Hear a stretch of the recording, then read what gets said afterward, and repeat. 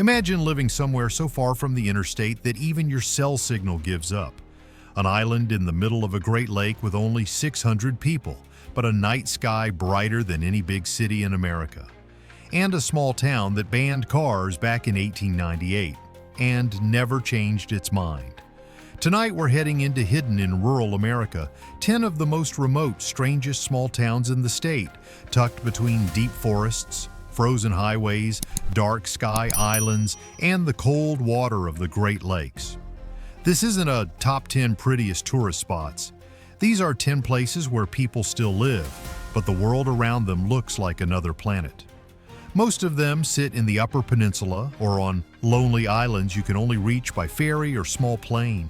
Stick around till the end because the final town is so far from the mainland, its night sky is darker than a lot of American deserts. And as we go, try to guess, which of these towns could you survive a full year in? Number 10. Copper Harbor.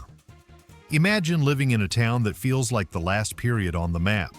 The highway doesn't pass through here. It simply runs out of courage and stops. Out at the tip of Michigan's Keweenaw Peninsula, Copper Harbor sits wrapped on three sides by the gray-blue water of Lake Superior, closer to waves and wind than to any interstate or shopping mall. Driving here is like slowly turning the volume down on modern life. You leave Marquette or Green Bay behind and the road begins to empty. The gas stations spread farther apart.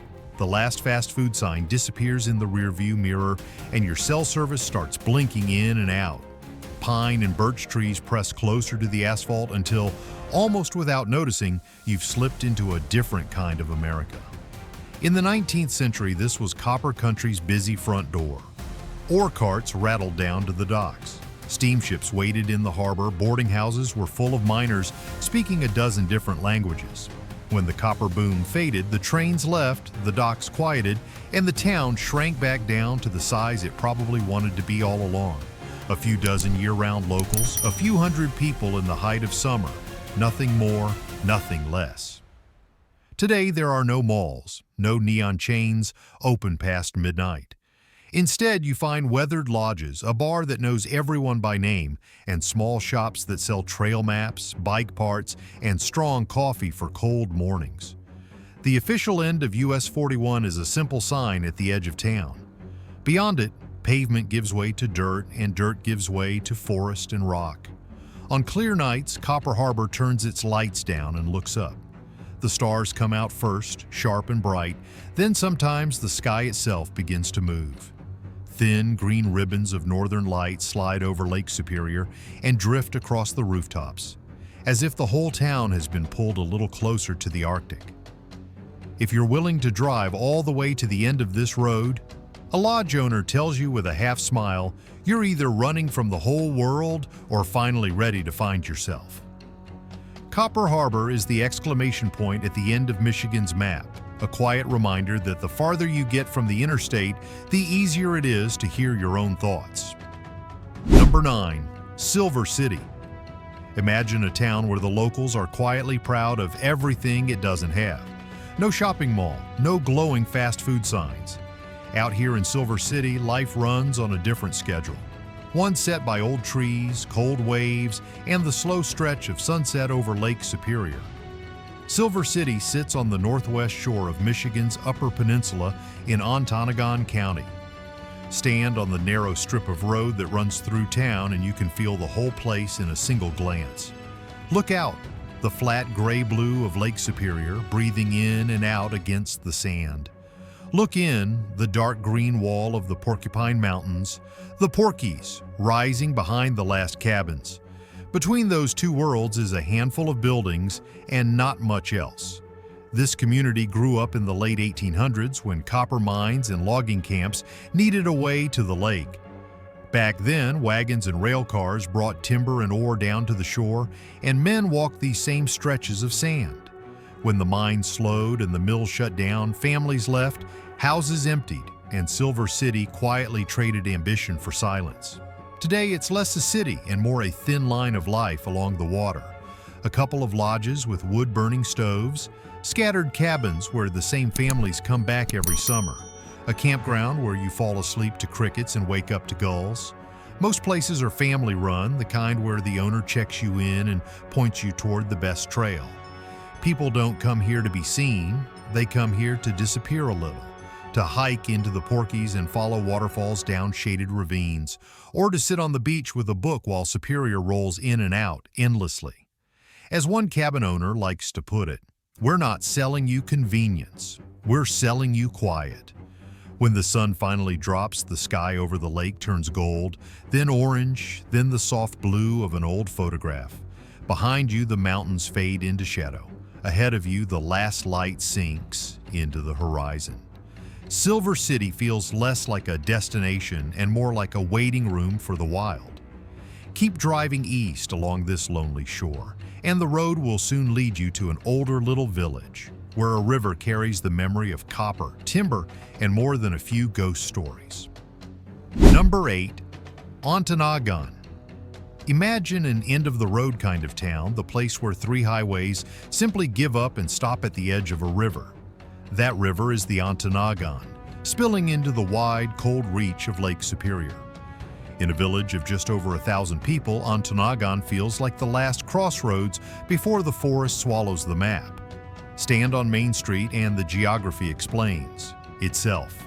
Behind you, US 45, M38, and M64 all arrive and then go no farther. Ahead of you, a small harbor, a few fishing boats, and beyond them, the blue-gray sheet of Superior running to the horizon. Some mornings you smell the lake before you see it, that clean mineral scent that belongs only to big northern water. People have been gathering at this river mouth for a long time. Ontonagon was formally settled in the 1840s, one of the earliest Anglo communities on Lake Superior, a gateway into copper country and later a hub for timber. For a while, this little harbor wore a big title, the lumber capital of copper country. Sawmills whined, logs bumped together in the river, and paydays kept the bars and boarding houses full. When the paper and wood mills finally closed in the 2000s, jobs thinned out and the noise drained away. What stayed are the streets, modest houses with wide porches, brick storefronts that look like they've been here since the black and white photo era. A harbor that no longer hustles, just breathes. You start to notice small things again, the slap of halyards against a mast, the way evening light slides down the side of an old warehouse.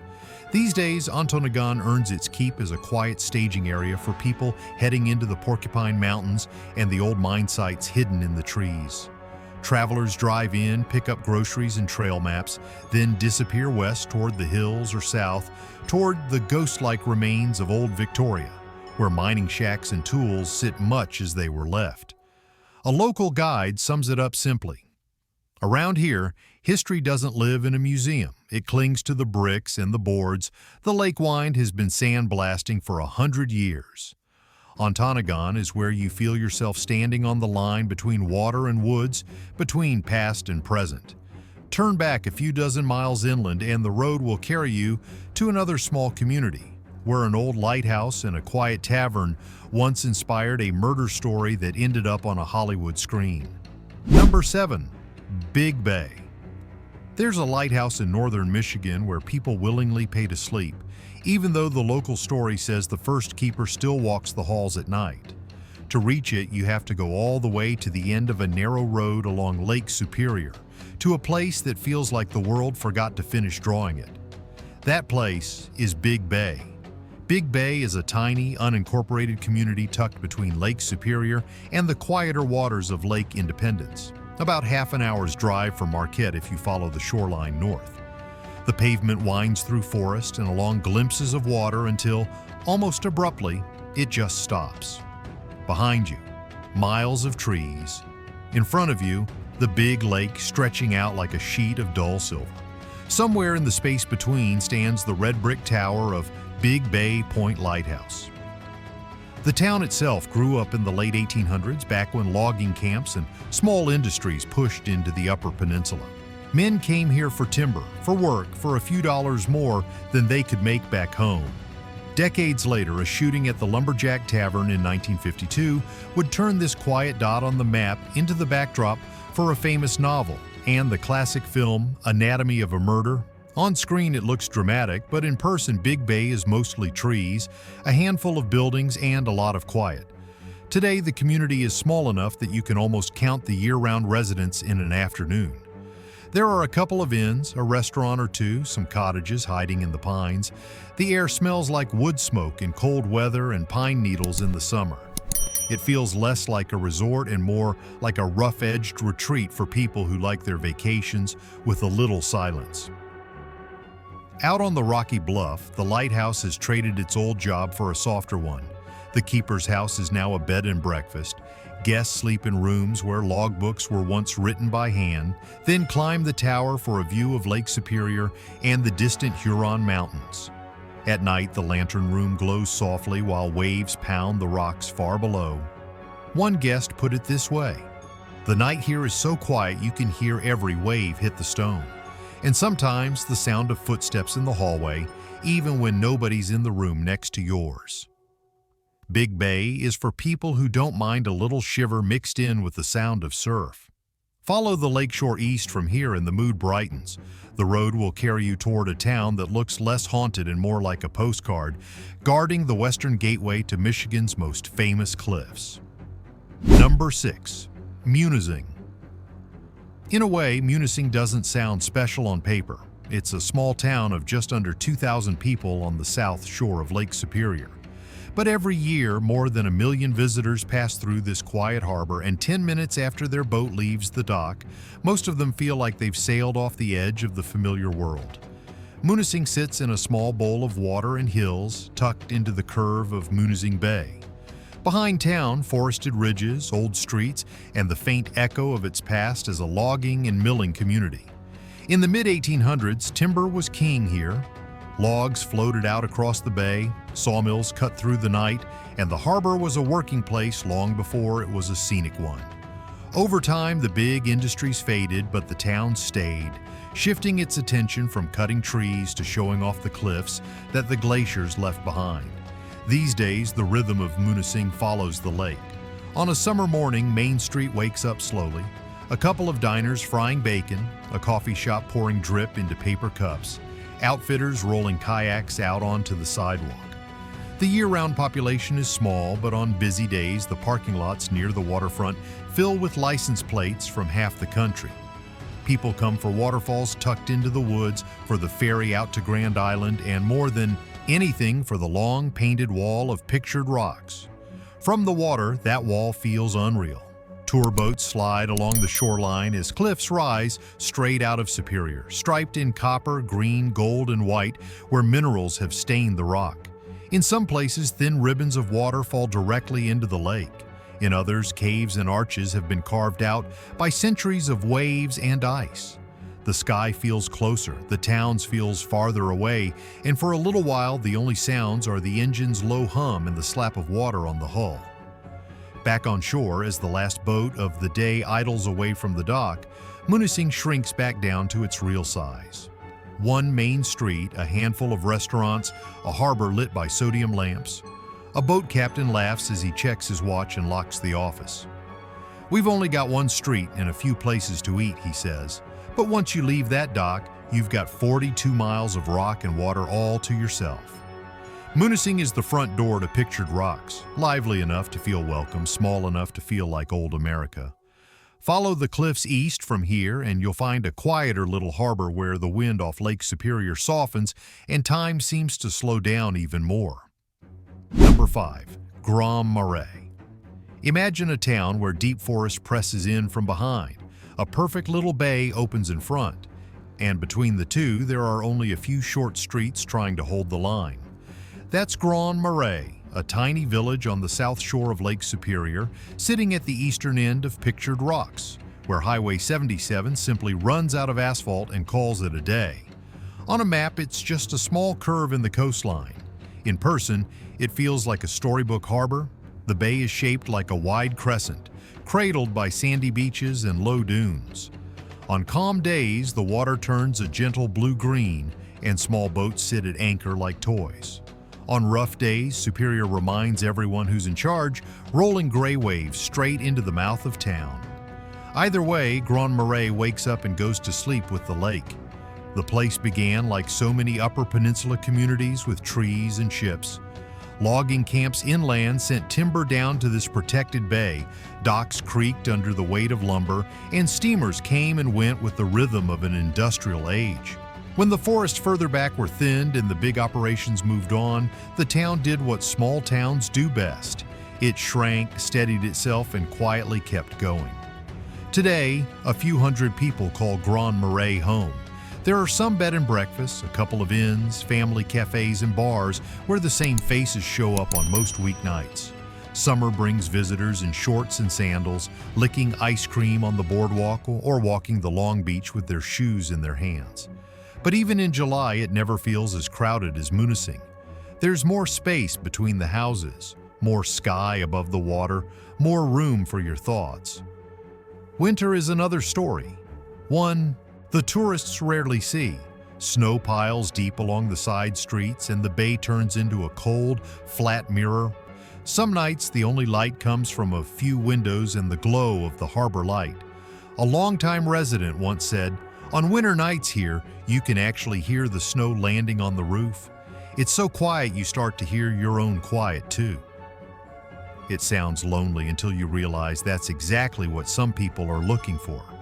Grand Marais is the slowest possible version of life by the lake, a soft landing after the drama of pictured rocks.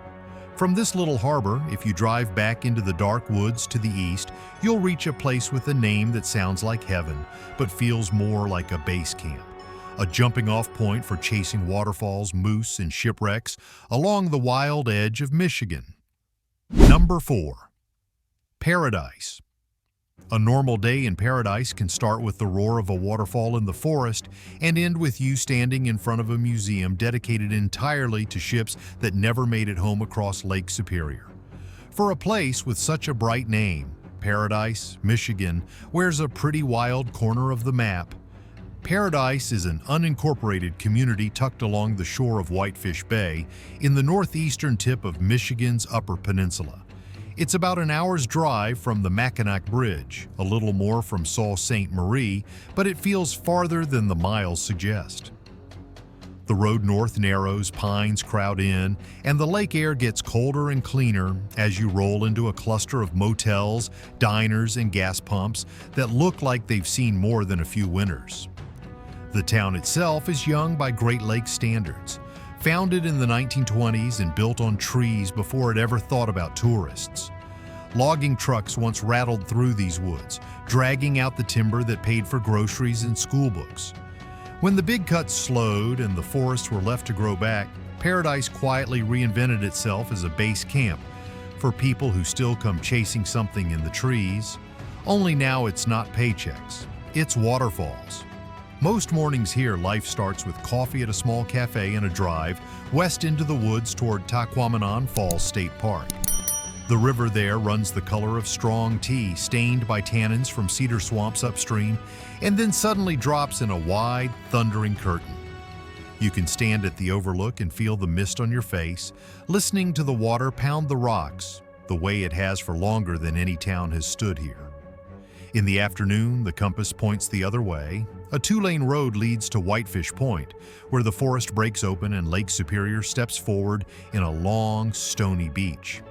The lighthouse stands guard beside the Great Lakes Shipwreck Museum, a low set of buildings filled with bells, beams, and stories from ships that vanished in these cold waters. Names like the Edmund Fitzgerald, echoes from stormy nights. By evening, you're back in Paradise, maybe rinsing. Sand off your boots outside a roadside motel. The neon sign hums. The trees are black silhouettes, and the sound of the falls and the lake seem to blend in your memory. A motel owner might shrug and say, "People come here because of the name Paradise." They stay when they realize not every paradise is made of sunshine.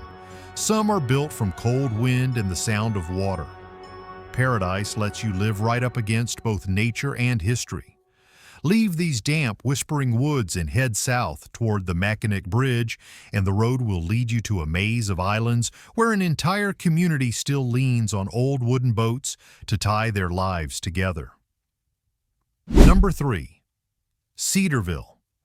Imagine a town where almost every house faces a narrow strip of water, and the whole world in front of you is a maze of 36 little islands stitched together by skinny channels. That's what Cedarville feels like, not just a place on the shore of Lake Huron, but the front porch to Les Chenaux Islands, a quiet kingdom built for boats. Cedarville sits along the M134 Scenic Byway, a small port town with the forest at its back and a forest of islands out front. On a still morning, you can stand at the marina and hear almost nothing at all, just the clink of rigging against masts, the distant putter of a small outboard, maybe the splash of a paddle from someone out in a kayak. It's the kind of soundscape that makes you lower your voice without thinking. A little more than a century ago, this was considered out of the way, even by Upper Peninsula standards. Logging outfits first cut their way into the cedars and pines, using the sheltered channels as a natural highway. Then slowly the mood shifted. Wealthy families from downstate and the Midwest discovered these islands as a summer refuge, building boathouses and simple cottages where the evenings smelled of pine pitch and gasoline from wooden runabouts. That old boat culture never really left. Today, Cedarville and neighboring Hessel are still small in winter, but when summer comes, the population swells with cottage owners, sailors, and people who measure weekends in nautical miles. There's a marina, a local distillery, a handful of inns and cafes, and, tucked along the shore, the Great Lakes Boat Building School. One of the few places in America where students still learn to shape classic wooden hulls by hand. Out among the Les Chenaux Islands, life moves at boat speed. The channels twist between rocky points and lily-lined bays, past camps that have seen 3 or 4 generations come and go. Every year, antique wooden boat shows turn the water into a moving museum, mahogany decks shining in the sun, old Chris-Crafts and Garwoods idling by like ghosts from the 1950s. A local smiles when you ask about cars and says, "Around here we're less interested in what you drive and more in whether you're still keeping the boat your granddad left you." Cedarville and Les Chenaux feel like a living museum of the wooden boat era on the Great Lakes, a place where summer is measured in launchings, not deadlines. And if you leave these sheltered channels and push farther out into the open water to the west, you'll find an island that's even more isolated, a place where the sky itself is protected like a heritage, and the stars are the main attraction.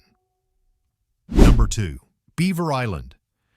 There's a place 32 miles off the Michigan mainland where on a clear night, the sky gets so dark it's been named the state's first international dark sky sanctuary.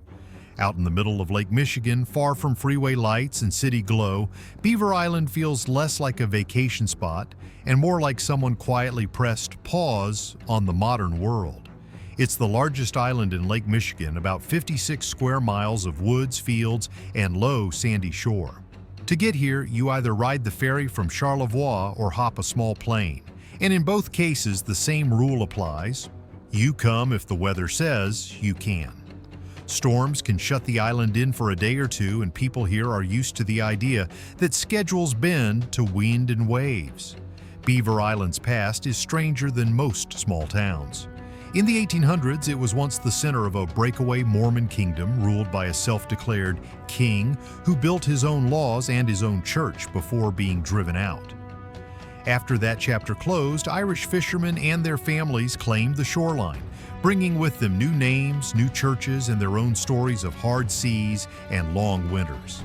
Layer after layer, the island has been shaped by people willing to live a little farther out than everyone else. Today, about 600 residents stay year-round. There's a tiny downtown, a handful of stores, a couple of bars and cafes, and a school district that exists just for this island. Kids grow up knowing every road, every dock, and every face at the grocery store. Summers are busy enough. Cottages open, bikes rattle down the gravel. The ice cream window does steady business. But even then, time feels thick, like it's moving through water instead of air. At night, though, is when Beaver Island becomes something else entirely. The farther you walk from town, the wider the dark opens up above you. In the State Wildlife Research Area, the sky has been deliberately protected from light. Overhead, the Milky Way stretches edge to edge, and on some nights, faint curtains of northern lights shimmer above the lake. You can hear insects in the grass, waves breathing on the shore, and not much else. A local once laughed and said, "We've got about 600 people here, and a few billion stars over our heads. That feels like a fair balance." Beaver Island offers a different kind of isolation. Not the scary kind, but the kind that gently cuts you loose from the mainland noise. And still, there's one more island waiting out there, more famous and more crowded, where the rules are simple. No cars allowed, only hoofbeats and church bells to mark the passing of time. Number 1. Mackinac Island. Imagine an American town with about 500 year-round residents that welcomes up to 10,000 visitors a day in summer, and not a single car on the street. No engines idling at stoplights, no horns, no traffic jams. Just the steady clip-clop of hooves, the ring of bicycle bells, and the murmur of people walking. That's life on Mackinac Island. The island is only about 4.5 square miles, floating in the Straits of Mackinac between Michigan's upper and lower peninsulas. Getting here always feels a little ceremonial. You park your car on the mainland, grab your bags, and step onto a ferry or a small plane. If the weather is bad, you wait. The island runs on lake time and wean time, not highway time. Long before it was a vacation fantasy, Mackinac Island was a strategic post. Soldiers once looked out from the high bluffs of the old fort, watching the shipping lanes below. Fur traders and voyageurs moved through with canoes and ledgers long before the first tourists arrived in stiff collars and long skirts. In the late 1800s, as America's wealthy searched for cool summers and clean air, Mackinac reinvented itself as a Victorian resort. Then in 1898, the island made a decision that would change everything. It banned cars. Early automobiles frightened the horses and shattered the quiet, so the town council simply said no, and kept saying no year after year. Over a century later, the rule still stands. Emergency vehicles and a few work machines exist out of sight, but for everyone else, the choices are simple: walk, ride a bike, or hire a carriage. In July, downtown Mackinac Island hums like a carefully tuned time machine. Pedestrians weave past horse-drawn taxis. Bicycles glide under hanging flower baskets. The sweet smell of fudge drifts out of old storefronts, mixing with lake breeze and the faint tang of hay. Above the rooftops, the Grand Hotel stretches its huge white porch along the bluff, while paths wind out toward Arch Rock, old cemeteries, and quiet trails in the interior woods. When the last ferry leaves at night, the energy drops back down to island size. Hoofbeats echo louder on the pavement, and church bells carry farther in the cool air. A woman who grew up here once said, "If you wake up to the sound of hooves on the street every morning, you understand why we never wanted to trade that for engines." Mackinac Island isn't hidden from tourists, but through the lens of rural America, it's still one of the strangest communities around. A place that lives slow, bows to the weather, and very deliberately says no to a louder century.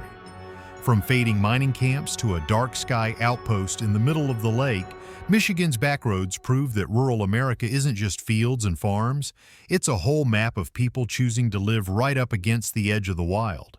From copper ports and lumber harbors to dark sky, islands and car-free streets, these 10 little towns sketch out a very different map of Michigan. You've seen the boom and bust scars of mines, mills, and shipyards. You've felt how superior snow and starlight still set the rules. And you've met communities of just 500 or 600 people who quietly decided they're not going anywhere. Now I'm curious, out of all 10, which town pulled at you the most? Could you actually picture yourself spending a whole year in Copper Harbor or slipping off the grid on Beaver Island? Tell me in the comments, and if you want a part 2 in another state, drop your suggestion below.